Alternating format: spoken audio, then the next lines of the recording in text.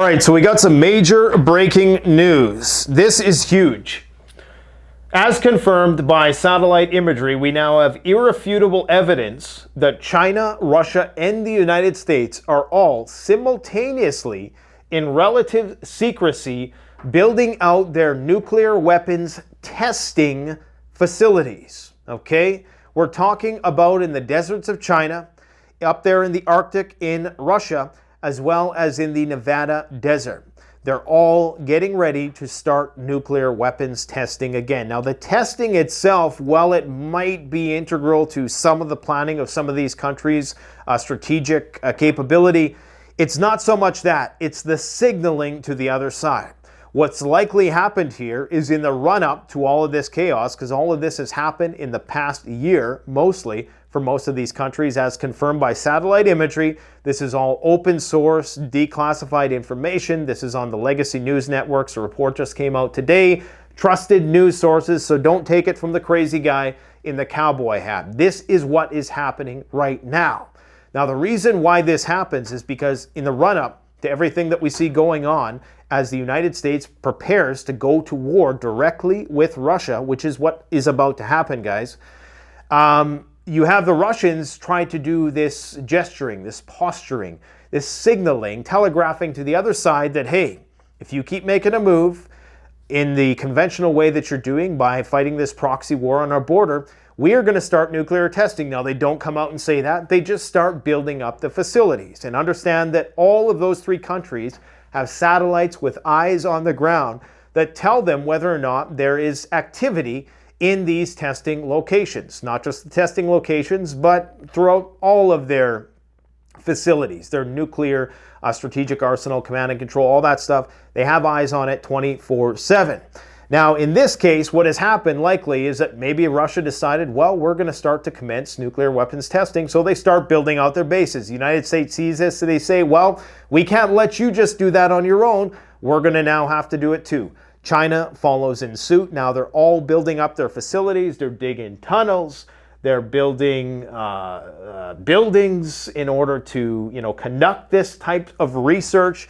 Is this just going to be testing? Is it going to be simulation exercises? Or is this all just a front for a major nuclear offensive? Remember that the United States modified its first strike policy to allow for a first use of nuclear weapons in the revision of their nuclear doctrine last year. This is all happening. And I'm telling you, it is getting very, very dangerously close. Everything we have said on this channel has happened. From the ATACMS confirmed to be delivered to Ukraine. Today, Joe Biden has confirmed that they will be sending ATACMS long-range missiles to Ukraine. We've been saying that for the longest time. A lot of people said, it's never going to happen. They've always downplayed this relationship with Zelensky, saying that they're going to abandon him. And this is copium. They're never going to abandon him because it's integral to the United States' macroeconomic dominance, their financial hegemony. They absolutely have to keep Russia and China contained. I'm not saying this is what I want. This is from the perspective of an objectivist, a realist. In order to truly understand what's going on, you have to be somewhat impartial to the outcome. Now, obviously, I'm partial to the outcome because I'm here in the West. But I can still try to look at things objectively, and that is what's happening. Joe Biden admitted today, when asked by a member of the press, I don't think it was a press conference, he had some kind of negotiation or discussion with the Republicans, Democrats about what the status of the Ukraine war is going to be if there was a government shutdown. And he basically said, when the reporter asked him that, how can you justify making Ukraine funding exempt from a government shutdown? Because that's what they're going to do. If and when the government shuts down once again, they're going to pass some sort of bill that allows them to continue to fund Ukraine even if the government shuts down. And she asked him, how can you justify this? And he said, there is no alternative. There is no alternative. We must persist. In fact, I have the exact video clip here. You can go and watch it if you want, but he said there's no alternative. A lot of people take that to mean, Biden's a dictator, he's an authoritarian. No, what he means is that this is a bipartisan issue. Doesn't matter if Trump gets in there. Doesn't matter if Pierre Poilievre takes over here in Canada. This is bipartisan. The prospect for a diplomatic, non-military, negotiated peace deal is completely off the table, and they're going to make sure that no matter who gets into power, it is going to be completely off the table, because everybody realizes that if they cannot contain the Russians, again, this is not what I want. This is just how it is. And maybe if we got into their state of thinking, we would understand more. But he's basically saying, when he said there is no alternative, that they have no choice. If they want to keep the economy going and they don't want to have complete economic collapse, they have to keep the war going. Now, I know that sounds crazy, understanding that the United States has already accrued, 1.3 trillion in debt. Is it this year or this quarter? I can't even remember anymore. I mean, and you think about how much they've given to Ukraine out of that, it's still a small fraction of what they've, the debt that they've accrued. So the only way they can continue to accrue debt is if the financial system remains robust and they are viewed as a viable option for using for dollar-denominated assets. And that's the only way that they can continue this whole game, is if they can keep the financial system together. And the only way they do that is by not letting Russia absorb those 4 annexed territories, exploiting its industrial potential, growing in population size, and getting together with the BRICS nations in order to possibly create some alternative currency down the road. Anyways, this is getting bad. We got depleted uranium, we got tanks, we got long-range missiles, we got drones, we got reconnaissance, we got Patriot systems, HIMARS, we got cluster munitions. It's all coming there. You're probably going to get F-35s and tactical nuclear weapons in Ukraine and boots on the ground. It's all coming, because what has happened today is completely unprecedented. They possibly have murked the Admiral of the Black Sea Fleet. And the Russians are being very, very quiet about this, which is kind of scary. If you go on any major Russian mainstream platform, be it RT, RIA Novosti, Sputnik, they're all being very tight-lipped about what has happened in Sevastopol today. What happened there is the headquarters of the Black Sea Fleet got completely frickin' murked by a Storm Shadow missile, no less. Now, this is why this is so important. You potentially have the death of the top admiral in the Russian Navy in the Black Sea. You have, knowingly, that this was a Storm Shadow British missile. We also have, at the time that this happened, we have a United States recon plane that was in and around the Romania region, possibly doing some sort of reconnaissance for the Ukrainians to target the headquarters. You have a massive cyber attack that happened right before or while this was happening. And all of this is to slowly, gradually try to attrit the Russians and cut their supply lines. That's what this is all about right now. So anybody saying that Ukraine is out of this fight and the United States is going to abandon Zelensky, just don't listen to them. It's not, this is my preference. This is just what I see. They're just being piecemeal with respect to their administration of various weapon systems, so not to elicit an immediate nuclear response from the Russians. Don't believe when they say, oh, we're just going to give them a couple ATACMS. I think the verbiage that they're using now in the media is, yeah, we're going to send a handful, a small handful, or a small amount of ATACMS. Doesn't matter. The seal's broken. They're going to keep sending them. They're going to send them in the hundreds, possibly in the thousands at some point, okay? So it's much harder to get from one ATACMS to 1,000 than it is to get from 0 to 1, because you have to get the population to accept that fact first. They're going to send the Taurus long-range weapons from Germany after this. It's just a step-by-step gradual escalation.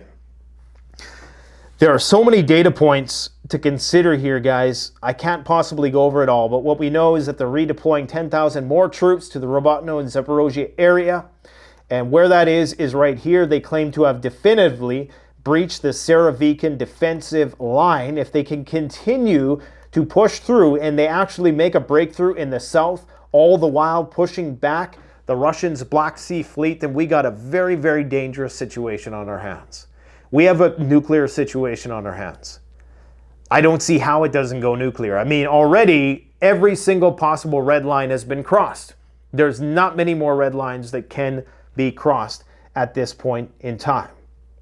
ATACMS was once thought unheard of. F-16s once thought unheard of. Anyways, we know that this situation is getting out of control fast. They can't anymore contain the truth about how fast it's escalating. Russia is planning on a massive defense spending hike. They're going to double what they openly and declassified, they're going to double what they spend on the military. But what people need to understand is that 30% of the Russian budget is a black budget.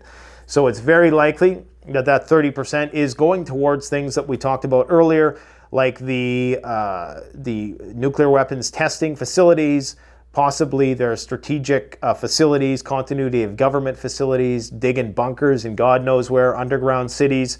And remember that the technology to dig these bunkers has improved drastically in the last 50 to 70 years when the Cold War was at its peak. They can probably do things now that are just, unimaginable. And just remember that all of these sites are classified. People reference things like Cheyenne Mountain, Raven Rock, but that's not the extent of the government's continuity of government plan, because the ease of digging these tunnels has become a lot easier to do. So you can bet that they have a plan to ride out the proverbial end of days if it comes to that, and you better as well. Russia is already restricting gasoline and diesel fuel exports. They're doing this to try to stabilize prices at home, which is strange because Russia's gasoline and diesel prices are already way lower than ours, relatively speaking, but they got to keep the population happy. If Russia is restricting gasoline and diesel fuel exports, then that is definitely going to have an impact on the global economy as well. And it's just a sign that countries are starting to hoard stuff. China, like I talked about in the last video, they're hoarding all kinds of stuff. On the topic of China, we'll probably not go too deep into this today, but I just got an email from a person who seems to provide a lot of reliable information. They provided these very useful graphs that show that in September of 2023, we've seen all kinds of records with respect to China's militarization in and around Taiwan. We have 20 ships deployed in a single day, which is a new record. We have the highest total record ever in August in terms of ships tracked in and around the Taiwan Strait. We have a record amount of warplanes detected in Taiwan in September of 2023, 103 warplanes detected. We're already reaching record highs in terms of the amount of planes detected. And the idea is that one of these days, it is just going to be the tip of the spear, and that's when they're actually going to start the full-scale offensive, and it's going to be unannounced. What they're trying to do right now is trick the Taiwanese capability to respond. Every time the Chinese send more warplanes towards the Taiwan airspace, Taiwan has to scramble jets.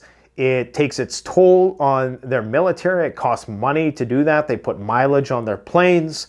And Taiwan is an island. So unless it can be resupplied from its allies, like the United States, then it's going to be in a lot of trouble. And a lot of people think that it's going to be some sort of naval blockade that forces the Taiwanese to comply and come to terms with being a part of China.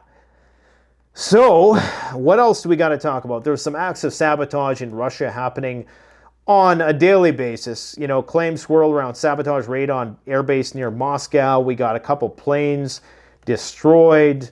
We got satellite images confirming that they're building nuclear weapons testing facilities. Poland makes a U-turn on Ukraine aid. Now, there's a lot of copium going on right now. And I respect this individual. They post a lot of very insightful things, Armchair Warlord, and he talks about, okay, This is 2 days ago. He writes this comment, right? And I see this and I'm like, okay, this guy's out to lunch. This is what he says. This is the gist of what he says, all right? U.S. denies ATACMS to Ukraine, okay? U.S. has handed over a paltry $325 million aid package to Zelensky during his visit, and Poland has declared an end to military support for Ukraine. Yada, yada, yada, it's over. Ukraine has lost the war. And I see this and I just have to respond, okay? Remember, this is 2 days ago now. This is what I say. I say, or Poland will get a talking to by Uncle Sam if they want any of their $100 billion in U.S. weapons deliveries.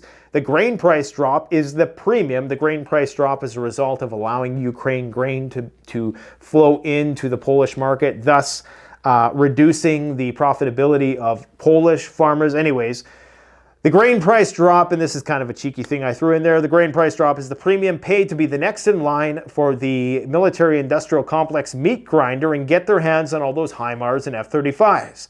If Poland doesn't play ball with the whole Ukraine scheme, the United States says, okay, you're not getting any weapons.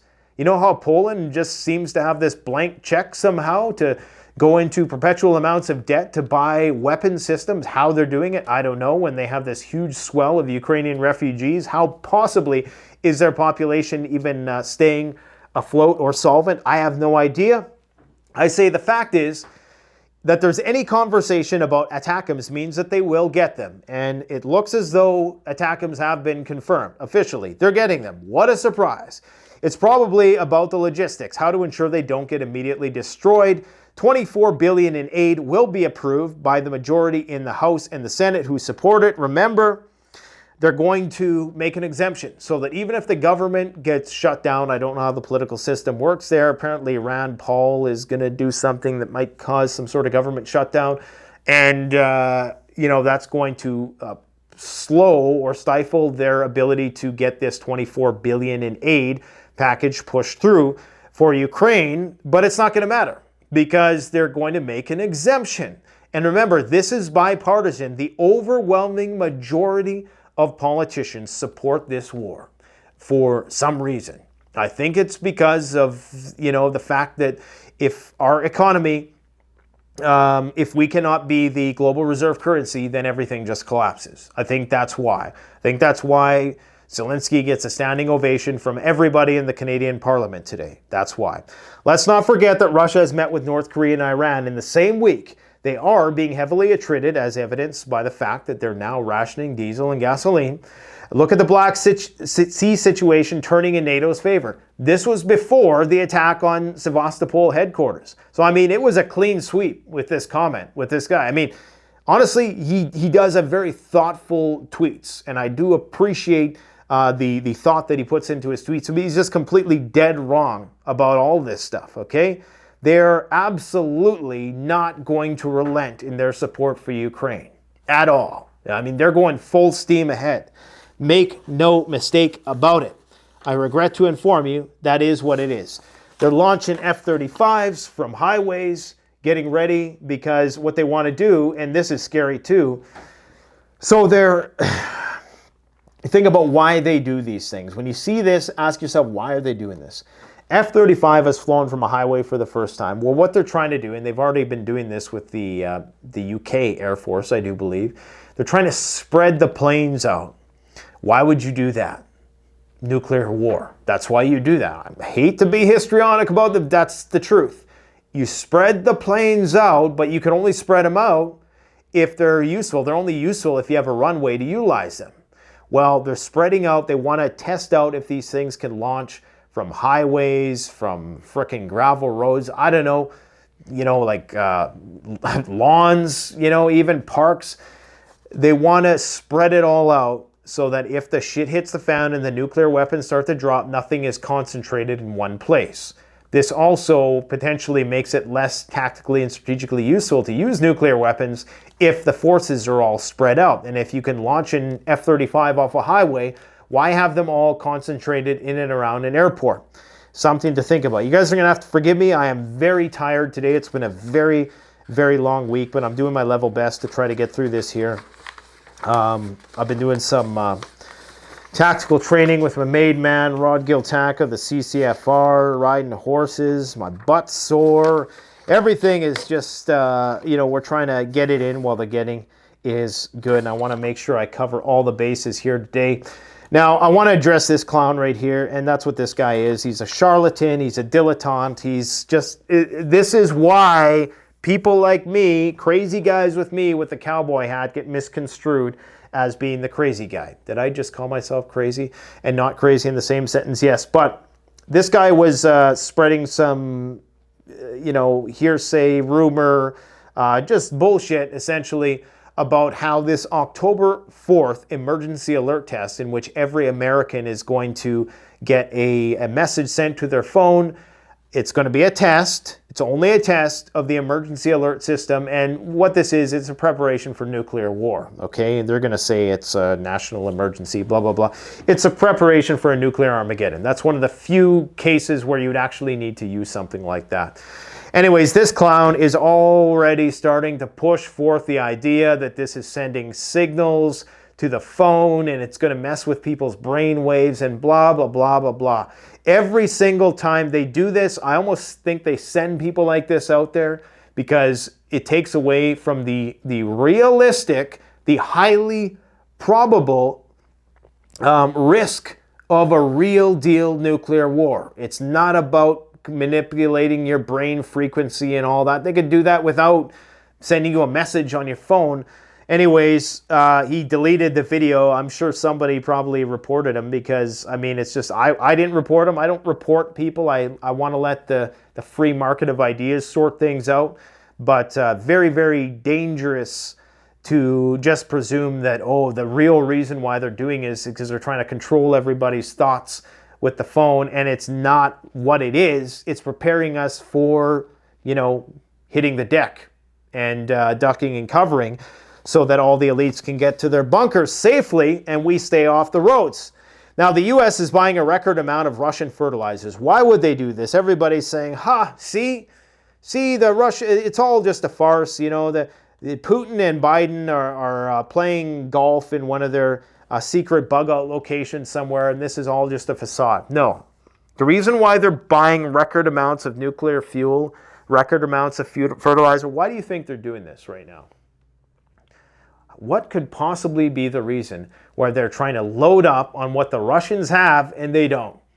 Could it be because at some point they're not going to be able to trade with the Russians because they're going to be at war? Yes. Ding, ding, ding. Rocket science, isn't it? Sorry, I'm not directing my sarcasm towards you guys. It's just the odd troll out there.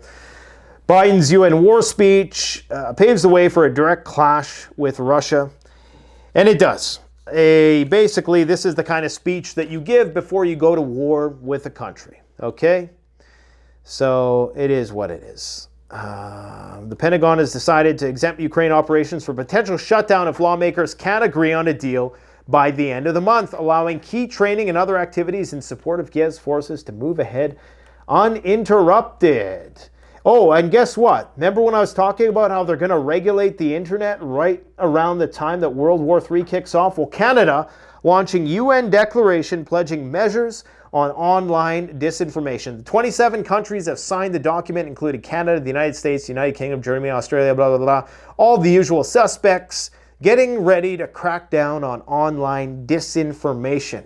And you see, guys like this, these are the guys that give them the license that they need to do this shit.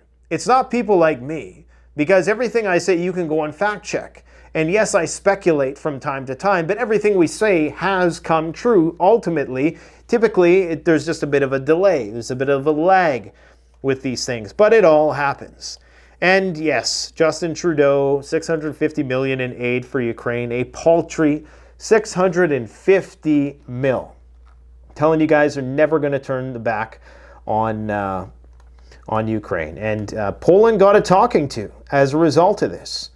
You're not going to get any weapons if you don't play ball. That's basically what they said. What else do we have to talk about? I think that's about everything. Okay, let's just take a look at these bases, okay? So, new construction at Russia's Novaya Zemlya nuclear test site. That's way up here on this massive island up here. That's where they've done all kinds of nuclear weapons testing, and you can see there's new buildings, there's construction cranes, and this is in June of 2023, all right?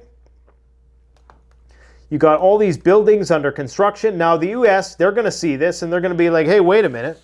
What's going on here? And I'm just going to read you a little excerpt of this CNN article. There you go, trusted media source.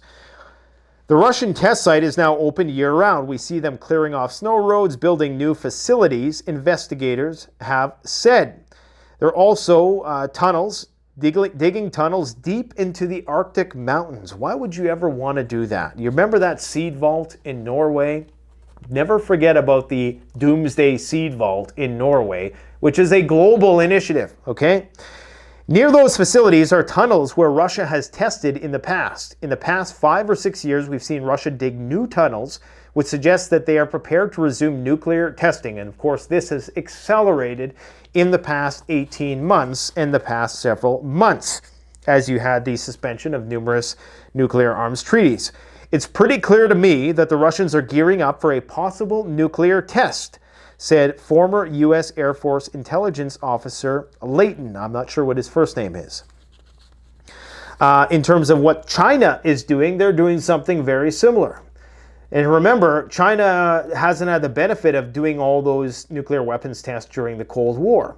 So if they want to master tactical nuclear weaponry, we can presume that they're going to have to do nuclear weapons testing.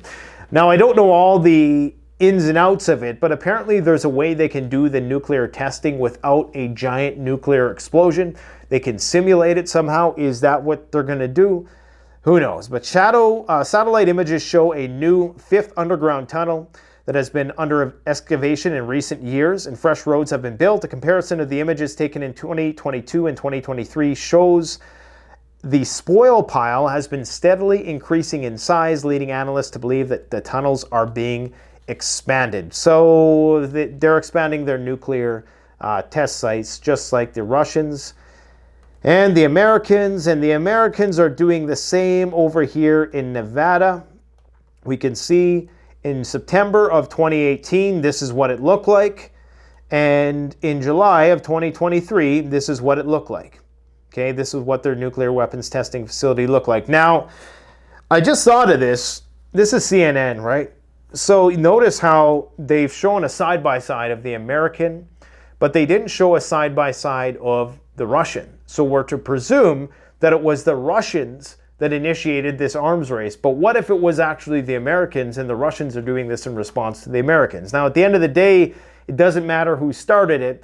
The only thing that matters is mutually assured destruction, the end of the world as we know it, while all the elites continue to eat their freeze-dry wholesale food in their bunkers for decades and decades until it's safe enough to come to the surface and grow food and make us all slaves once again.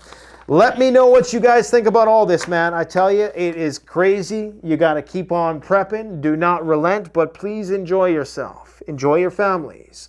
Our time on here is only temporary. And on here, I mean this planet. We can't be overly consumed by these mundane, earthly threats to our lives, to our existence. But indeed, as pragmatic, prudent preppers, we got to take these things into consideration. And prepping is just about being ahead of the curve. Because if you know the shizzy's going to hit the fizzy, then man, you got to be getting rizzy. Look at this. Look at these elites. They're auspicious, they're audacious opulence, while the rest of us deal with inflation, record high rent costs, just sky high everything. This is what they're doing right now in the Palace of Versailles. I can't remember exactly where this is, but it's all, Macron and King Charles and all the VIPs, right? And just think about this is what's happening while guys are getting blown to bits on the front line. This is what these people are doing. I'm telling you, man. I'm telling you, they ain't going to tell you when the shit's going to hit. You think these people are going to tell you when the shit's going to hit the fan? You really think these people right here are going to tell you when the shit's going to hit the fan? This is happening while guys are being blown limb from limb in a trench. This is what these people are doing. You think they're going to tell you that things are going to get bad? You think they're going to tell you that the market's about to crash? You think they're going to tell you, hey, yeah, we're going to have to start rationing shit? They ain't going to tell you nothing, man. Nothing. Warren Buffett's already talking about the next pandemic and chemical, nuclear, biological threats. We'll save that for another day, guys. I got to go. I'm losing my voice. I'm getting sick. I'm getting tired. And I got to go have a little bit of a rest. We'll see you maybe tomorrow, maybe the next day. I'm not sure. Take care. Bye.